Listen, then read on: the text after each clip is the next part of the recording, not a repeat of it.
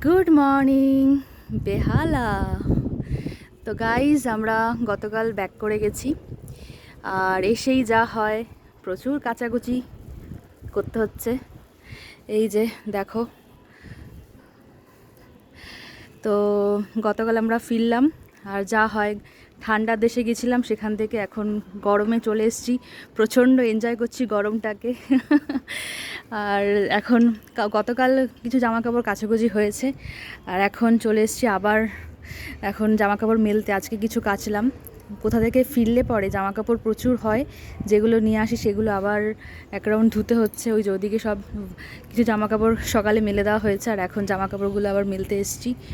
আর ভালোই গরম লাগছে, খুবই কষ্ট হচ্ছে, কারণ ঠান্ডা থেকে আবার গরমে ব্যাক করেছি, ওটা আরও কষ্টকর।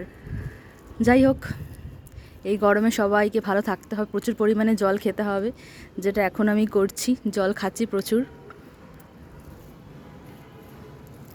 আর এই গরমটাকে উপভোগ করতে হবে আর কি। চলো টাটা।